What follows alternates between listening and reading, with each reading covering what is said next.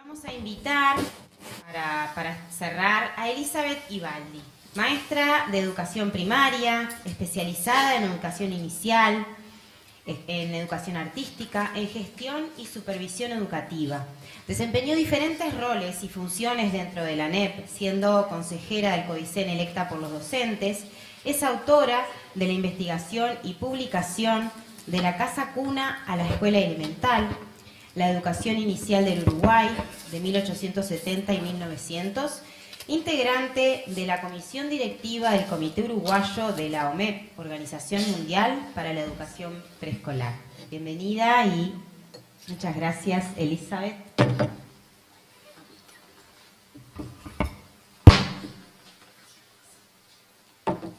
Bueno, buenas tardes. ¿Se escucha? Estaba prendido lo pagué. Bueno, buenas tardes todos y todas, a los que están presencialmente, a los que están virtualmente. Muchas gracias por la invitación y sobre todo manifestar la satisfacción porque se haya declarado este año en homenaje a nuestra Enriqueta. Digo nuestra Enriqueta porque yo tengo una gran trayectoria, sobre todo en trabajar en primera infancia, y para nosotros, nos hemos apropiado como corresponde de sus ideas y de sus acciones. Creo que, primero que nada, pienso que es un acto de justicia lo que se está haciendo con una educadora que fue visionaria, que fue una adelantada, que tomó una temática con pasión, que la concretó, y que además es justicia con el lugar que tiene la mujer en la educación, que ha tenido, que tiene y que debe tener la mujer en la educación. No creo que haya sido por casualidad que hayan elegido a una mujer para visitar los jardines europeos, porque la educación de la primera infancia se asocia muchísimo con el tema de la mujer, algo que estamos intentando superar hace años y convocando a los varones que vengan también a trabajar, que por suerte está cambiando, lentamente pero está cambiando. Entonces creo que es un acto de justicia. El poco tiempo que tengo para presentar la semblanza, como me pidieron, de una personalidad tan rica, con tantos aportes, me obligó a hacer un recorte. Y decidí hacer un recorte sobre todo que nos permitiera algo que, estuvo muy presente en esta mesa, por suerte hay coherencia, de traerla a la contemporaneidad.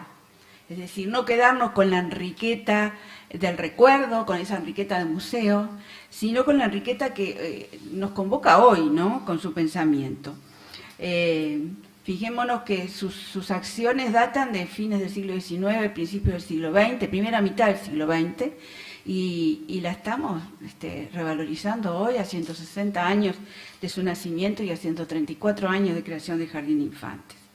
La primera línea que voy a marcar, pues yo marqué algunas líneas, es su reconocimiento como continuadora de la reforma vareliana. Desde ahí parto. Una reforma vareliana que seguimos valorando y defendiendo en el momento actual, ¿no? Ella misma dice en 1927 en el Congreso de Florida de la Asociación de Maestros que integraba, en una conferencia titulada La educación del pueblo, dice: cuando todo, a pesar de las dificultades, marchaba hacia adelante, se refiere a la reforma vareliana, me tocó la suerte de ser designada para interpretar el único capítulo no realizado de ese libro. Y se está refiriendo al capítulo 38 de la educación del pueblo, la obra de José Pero Varela, de 1874. En ese capítulo Varela dejó diseñados, explicitados, la necesidad de crear jardines de infantes con múltiples orientaciones y convicciones e ideas, y también con mucho énfasis en la formación de los educadores. A ese capítulo se refiere, pero Varela no solo había explicitado en la educación del pueblo y en el capítulo 38, sino también en la legislación escolar. En la legislación escolar Varela propone que cuando las sociedades de amigos de la educación popular tuvieran capacidad para hacerlo, generaran una asamblea donde se votara jardín sí y jardín no. Así lo escribe. y que si podían financiar un jardín de infantes, o sea, no sería público, sería financiado, lo crearan. Es así como se registra como la creación en 1886 del Jardín de Infantes de Paysandú, creado por la Sociedad de Amigos de la Educación Popular, como un antecedente importante del Jardín de Infantes Público de Montevideo. Seguramente hay otros que son líneas a investigar.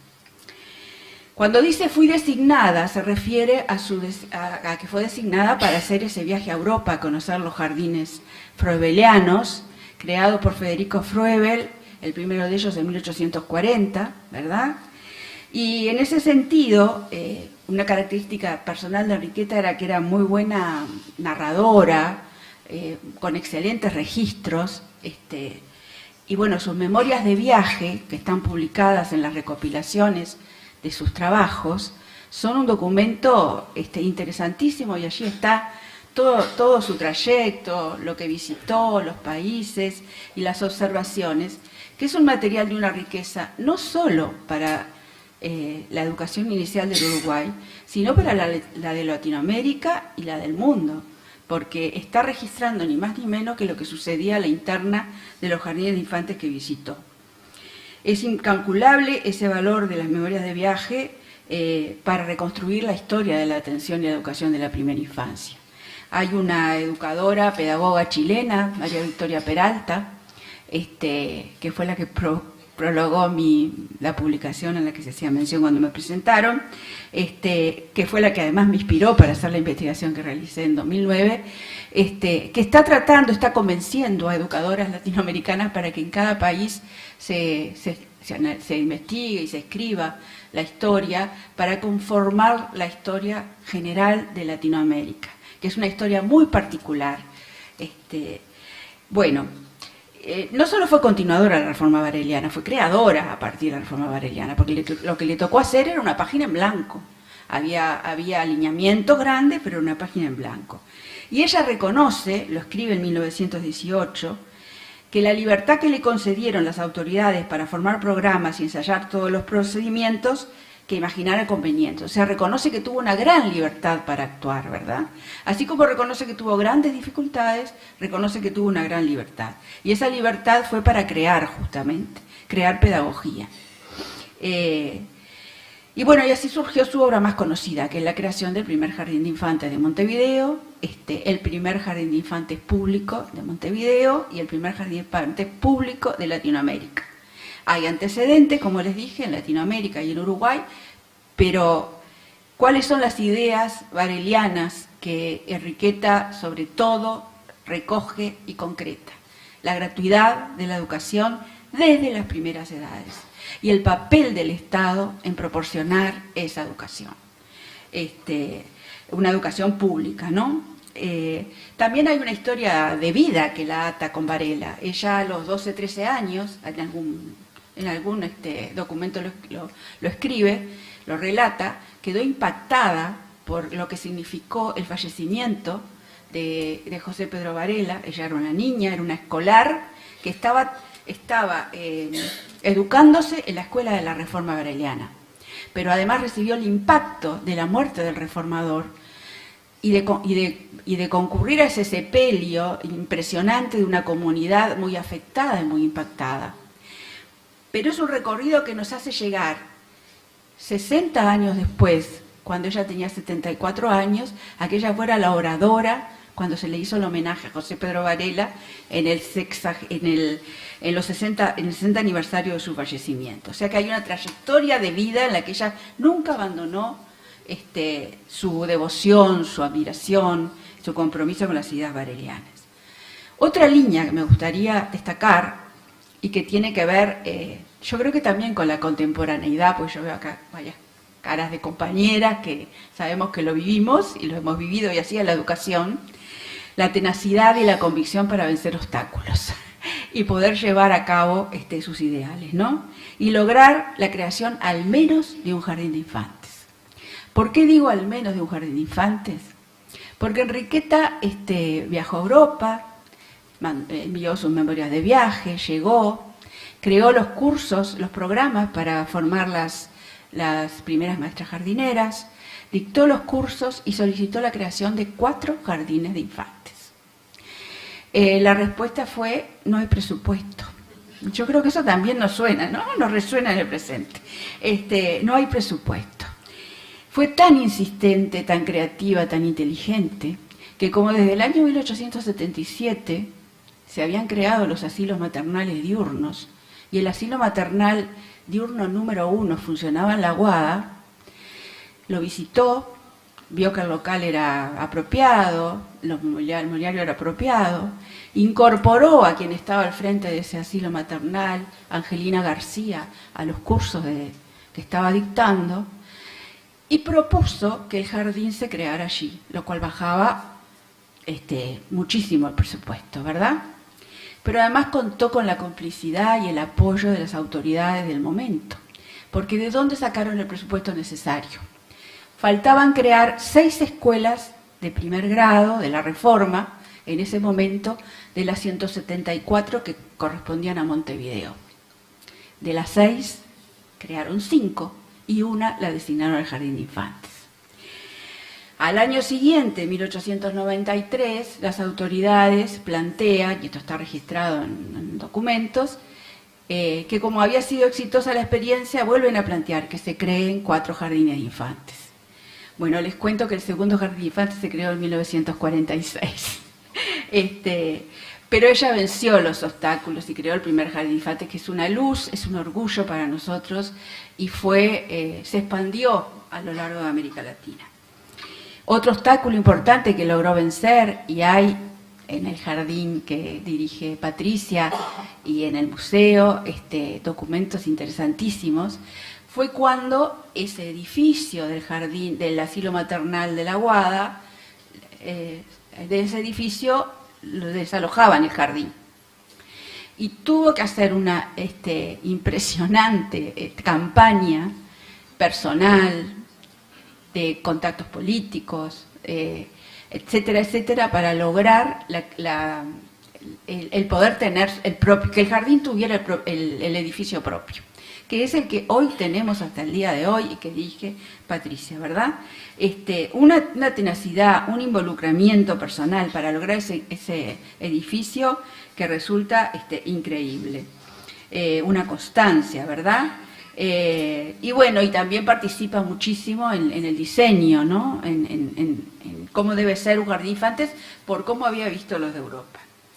La tercera línea es su contribución a la visualización de la infancia, sobre todo de la primera infancia como un colectivo social específico y con derechos. A Enriqueta hay que leerla en el contexto, y en el contexto histórico lo que primaba en aquella época eran las comisiones de beneficencia y las damas de caridad, o sea, la caridad y la beneficencia. Enriqueta Conterriquez se planta con un discurso que contribuye a crear la visibilidad de la infancia y sobre todo el reconocer sus derechos. Ella, con respecto a la caridad, pensaba: al prestar ayuda, lo fundamental es ver en el que recibe, se refiere a los niños, ¿no?, un ser cuyos derechos no difieren en nada de los nuestros, a quien injustas circunstancias colocaron en situación inferior, nacido con las mismas aspiraciones que nosotros tenemos y las mismas aptitudes para lograrlas. Bueno, o sea, su concepción de la caridad es impactante si la vemos en ese contexto, ¿no?, donde al niño se lo tenía que asistir, cuidar, proteger, ¿verdad?, caritativamente. Contribuyó también, y de esto hay registros, a la mejora de las condiciones de los asilos de huérfanos y expósitos, en un trabajo mancomunado con Luis Morquio, que dirigía esos asilos. En esa época, con Luis Morquio, se marca el nacimiento de la pediatría. Creo que esto es una marca de nacimiento que también nos interpela en el momento actual. El trabajo mancomunado hacia las infancias, entre salud y educación. Bueno, Enriqueta tiene un diálogo continuo con Morquio, aporta maestras al asilo, bueno, tiene criticidad con algunas cosas, y bueno, eso que nació allí lleva a un recorrido que nos hace como país ni más ni menos, que se plasme en 1934 una serie de ideales en lo que fue el primer Código del Niño del Uruguay, ¿verdad? Y en la creación del Consejo del Niño. Un Código del Niño que fue también un faro para toda América Latina. Y podemos ver en ese germen el inicio de ese recorrido. Sigo con otra línea, que creo que es la que digamos como el corazón de lo que la trae la contemporaneidad, que es la vigencia de sus ideas pedagógicas que fueron adelantadas para su tiempo, referidas a la educación inicial y a la educación en general, no solo a la educación inicial, ¿verdad? Fíjense que en 1906 dice esta frase, yo creo que léanla con la cabeza de hoy. El sistema de educación basado en una atención temprana es lo que consigue mantener a los niños en la escuela hasta que adquieran los conocimientos más necesarios para desempeñarse libremente en la vida. Fíjense el valor que le daba la atención temprana. Y además escuchaba a Laura y me complace mucho que esté integrado en este proceso de reconocimiento en Enriqueta también las edades menores a los 3 años, porque Enriqueta trabajó desde los 3 a los 3, 4, 5 años y después en la escuela elemental más edades, pero siempre compartió con Federico Froebel que la educación empezaba desde el nacimiento. Lo que pasa es que en el contexto de aquella época ya era, digamos, una innovación atender desde los 3 años, ¿no? Pero siempre estuvo en su discurso que la educación empezaba mucho antes y que debía ser atendido el niño desde que nacía, ya fuera en forma directa o a través de la familia, ¿no? Por eso Federico Froebel escribió aquel libro dirigido hacia las madres. Una de las ideas que quiero resaltar es el programa libre. Enriqueta planteaba que la necesidad de que el programa fuera libre y decía, ante las objeciones que sabía que esa propuesta podía generar, decía, he oído decir, todos los maestros no serían capaces de gozar tal libertad. Y ella dice, pues bien, yo me propongo demostrar que sí, que lo serían. Y acá también hay una característica, la defensa que ella tiene de la profesionalidad del magisterio, particularmente de las maestras jardineras. Hay una frase en la que ella dice, nos llamaban maestras jardineras. El sustantivo lo ponían para diferenciarnos de las personas que trabajaban los canteros. Es decir, ese dolor por la desvalorización del magisterio y en particular de las maestras jardineras. Creo que esto resuena también. Bueno, no voy a entrar en ese tema. Enriqueta Conti Riquet critica los programas hechos para un niño imaginario, para un niño que no existe, decía ella. Sostiene que todo maestro en algún momento de la jornada, luego de aplicar lo prescripto en los programas, se declara libre. Dice, si no fuera así, qué poco se conseguiría. El programa impuesto uniforme es una ficción, sostenía. Llamaba a que el maestro tuviera libertad, ¿verdad? La libertad de cátedra también, que hoy decía otra compañera. Decía, dejemos que el maestro pueda perder un día entero, 2 más si son precisos, para llevar a la escuela entera la emoción de un suceso. Lo más trivial puede a veces motivar una interesante situación, pero para que eso suceda, el maestro ha de tener libertad. Y allí se une, con lo que ya se mencionó aquí en la mesa, sus lecciones del incidente. También en un contexto donde lo que la educación en aquel momento planteaba las lecciones de las cosas, transmitidas a través de objetos tangibles, por eso, bueno, todos esos animales disecados, etcétera, etcétera, que nos traen de esa época, ¿verdad?, que se usaban para las lecciones, ella plantea otro tipo de lección, la del incidente. Que quiere decir, ella decía, anteponga la lección del incidente a cualquier otra lección. Y era que cuando al niño le interesara algo, se dejara, decía las maestras, que dejaran lo que estuvieran haciendo y se centraran en ese interés del niño. Similar a los centros de interés de De Crolí, pero ella también se diferenciaba de Crolí, porque decía que los centros de interés mis centros de interés se diferencian de los de Decroly en esto. No son forzosamente centros de una esfera, o sea, de un tema, de un área, y no se determinan con anticipación. Se inician cuando y dónde la ocasión se ofrece. Se desarrollan como la ocasión lo pide. Otro de los aportes que nos traen a la contemporaneidad pedagógicos, ¿no? La extensión del jardín de infantes a escuela elemental, algo que hizo alrededor de 1900, ¿verdad? Donde ella pide autorización para extender el jardín de infantes hasta la edad de 10 años, ¿verdad? Una innovación en lo que tiene que ver con continuidad educativa entre inicial y primaria, y también una intención de poder influenciar cambios en la educación primaria. Lo dice claramente en el discurso de inauguración el 10 de marzo de 1892. Ella dice, el primer día que se abre el jardín, pretendemos alterar el régimen interno del hogar y de la escuela. O sea que se proponía alterar el régimen de la escuela.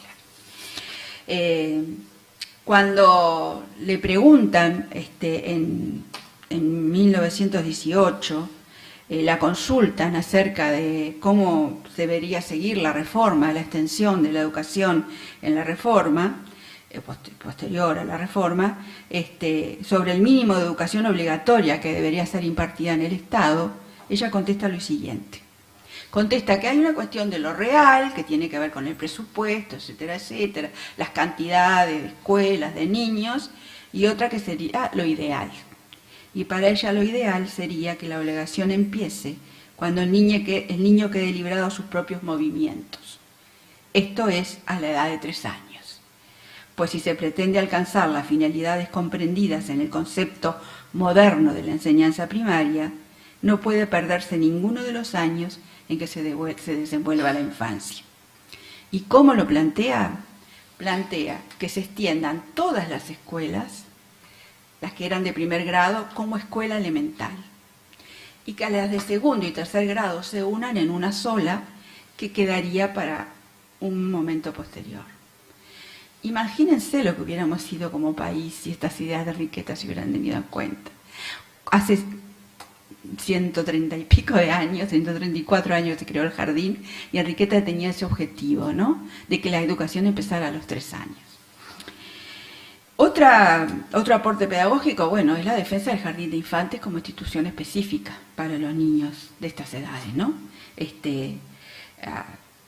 Ella colaboró con el ensayo llevado a cabo en la Escuela 22 de segundo grado, en la que se implementó un turno con clases freudelianas.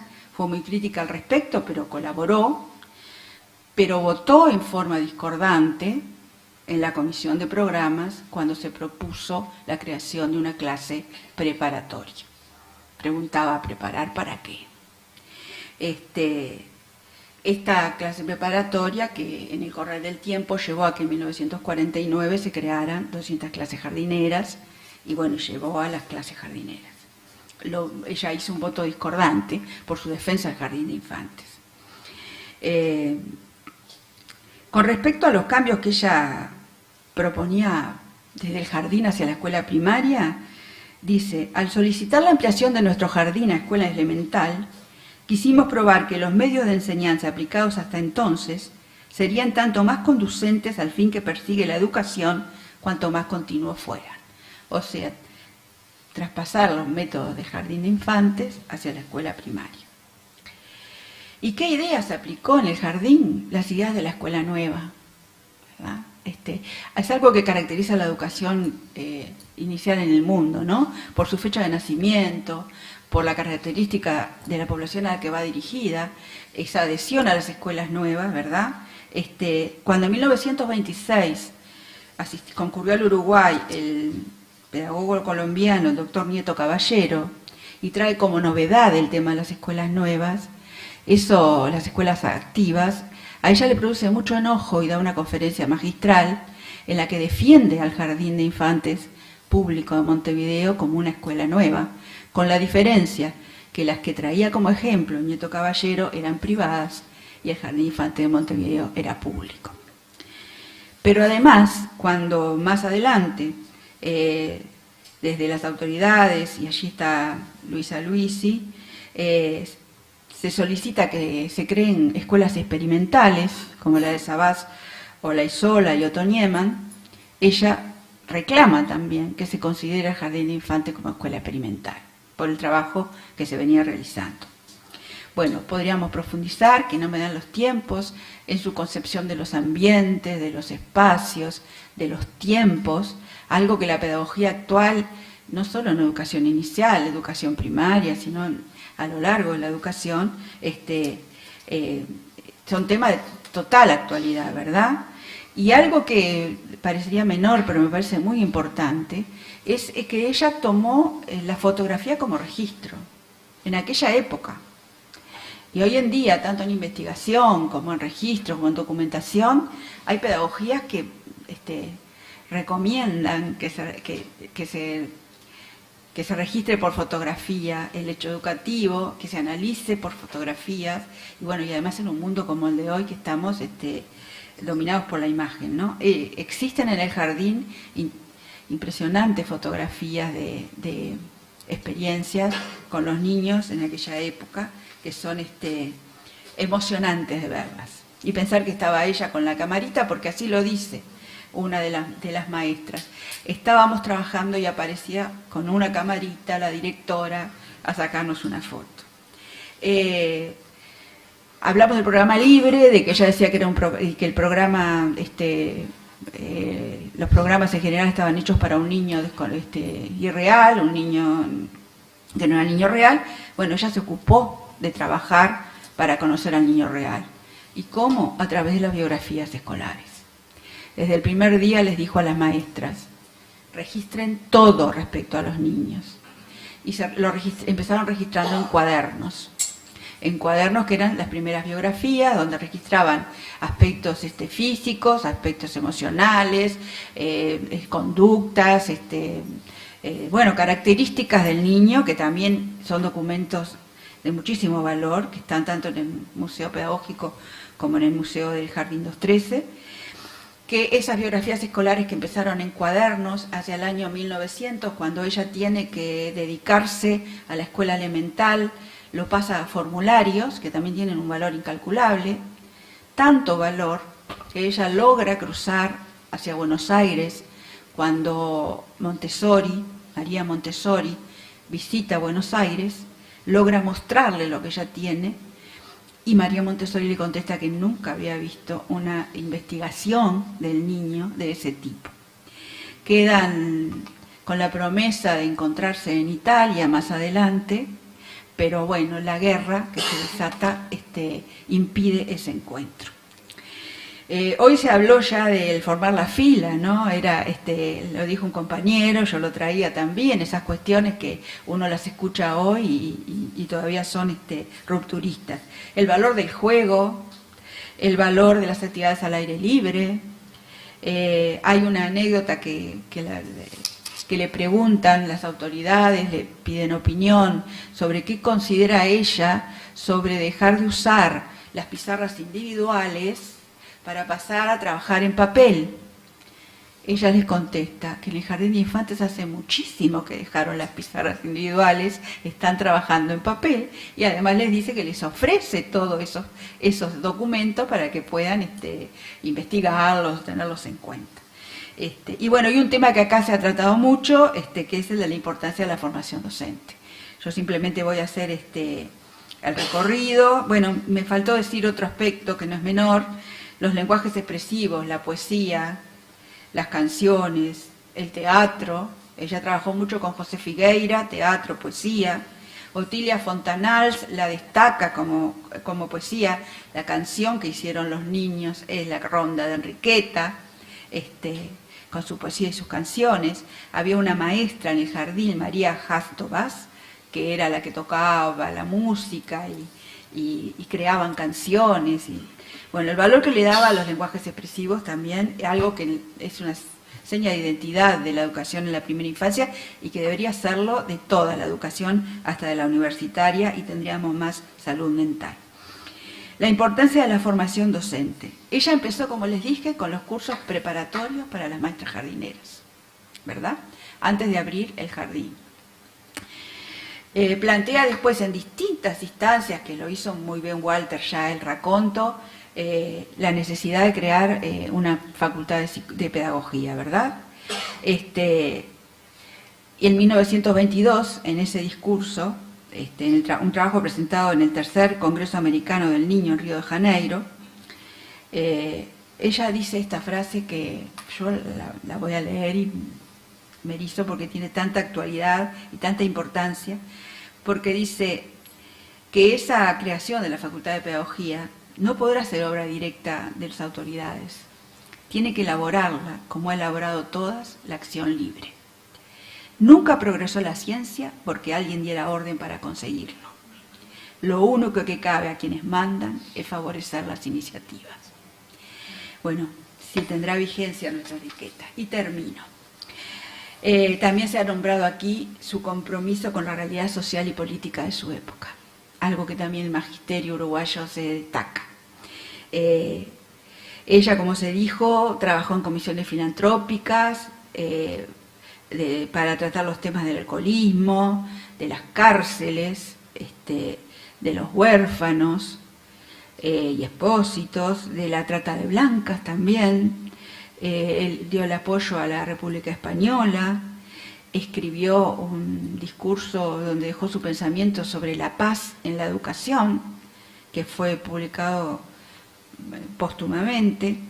Integró la Asociación de Maestros José Pedro Varela, ¿verdad? El voto femenino, fue contemporánea de muchas luchadoras, sobre todo las hermanas Luisi. Cuando yo les leí esa frase que dijo en el acto inaugural, pretendemos alterar el régimen interno del hogar y de la escuela, desarrolló un poquito lo de la escuela, pero también pretendía alterar el del hogar. Y vaya si la creación de instituciones de atención y educación a las primeras infancias han modificado lo que es la situación de la mujer en el hogar. Y lo decía en épocas en que el deber de la mujer era estar en el hogar. Y ella dijo, yo lo voy a cambiar.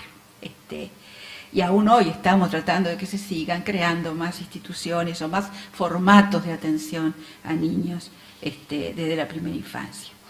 Marta de Marchi, nuestra querida Marta de Marchi, también integrante de nuestra UMEP, ya fallecida, escribió lo siguiente: Enriqueta Conti Riquet no se encerró en la escuela, ni centró su actividad exclusivamente en la práctica educativa y en la actividad académica. Sabía que un maestro con conciencia de sus responsabilidades debe conocer y tomar partido en relación con los problemas de su época.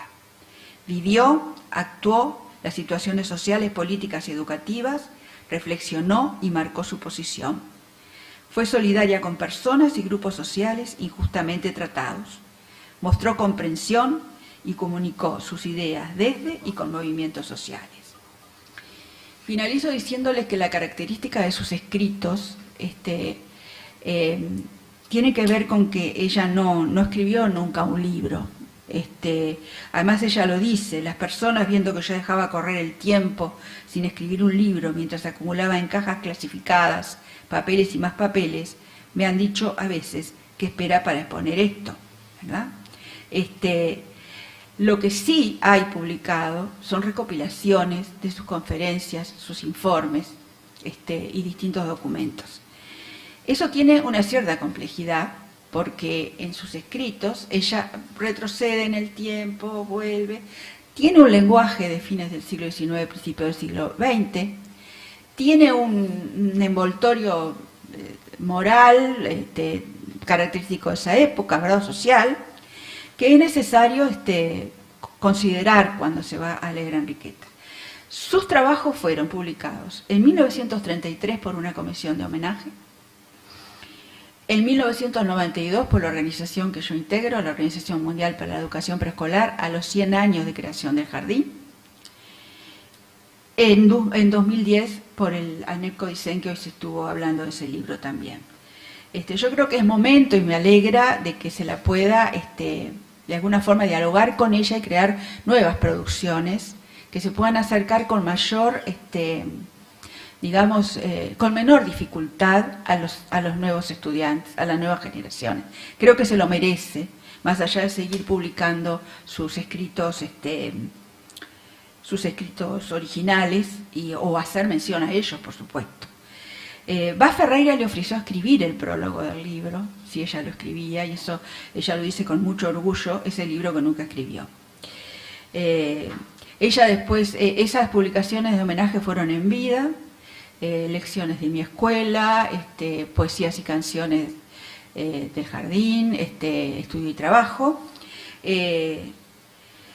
Pero después de su muerte también tuvo muchos homenajes, la nominación de una calle, la colocación de una placa, la plaza que está en el Parque Rodó, con su monumento, ¿verdad? Un monumento que además, como se caracterizaba en la época, fue hecho con una colecta popular, de la que hay el listado de esa colecta está en el Museo Pedagógico, el listado de quienes aportaron. Esa comisión de homenaje estuvo integrada además personalidades de primera línea. Termino diciendo que dialogar con las ideas de Enriqueta Contirriqué no solo debe ser para conocer nuestro pasado glorioso, que lo es, sino sobre todo para enfrentar los desafíos del presente y para proyectar futuro en temas que nos interpelan como sociedad. Uno de ellos es la situación de las infancias, sobre todo de la primera infancia en el Uruguay del siglo XXI. Otros son las revisiones curriculares y metodológicas que necesitamos realizar, y otros la creación de la Universidad de la Educación, que tanto tiempo nos está demandando y tantas discusiones cuando el tema está planteado por Enriqueta Contirriqué desde principios del siglo XX. Así que me congratulo, el saludo de OMEP, que es la Organización Mundial de la Educación Preescolar para Todas y Todos, una organización creada en 1948 en Praga, primera organización en defender los derechos de los niños, sobre todo el derecho a la educación, creada en 1957 en Uruguay, una de las primeras de América Latina, con la presidencia de Anunciación Macela de Bevilacqua y Elida Tuana, la primera presidencia, una organización que está llevando adelante un proyecto que se denomina Celebrando Enriqueta Contirriqué, junto con la Inspección Nacional de Educación Inicial, que consiste en nominar un jardín de infantes, Enriqueta Contirriqué, en cada uno de los departamentos, para generar una constelación, una red de trabajo, para investigar y para resignificar su pensamiento. Una organización que también está colaborando desde el año pasado con el Día del Patrimonio, con el Jardín 213, que tenemos allí la sede en acuerdo con el Consejo, con la Dirección General de Educación Inicial y Primaria. Muchas gracias.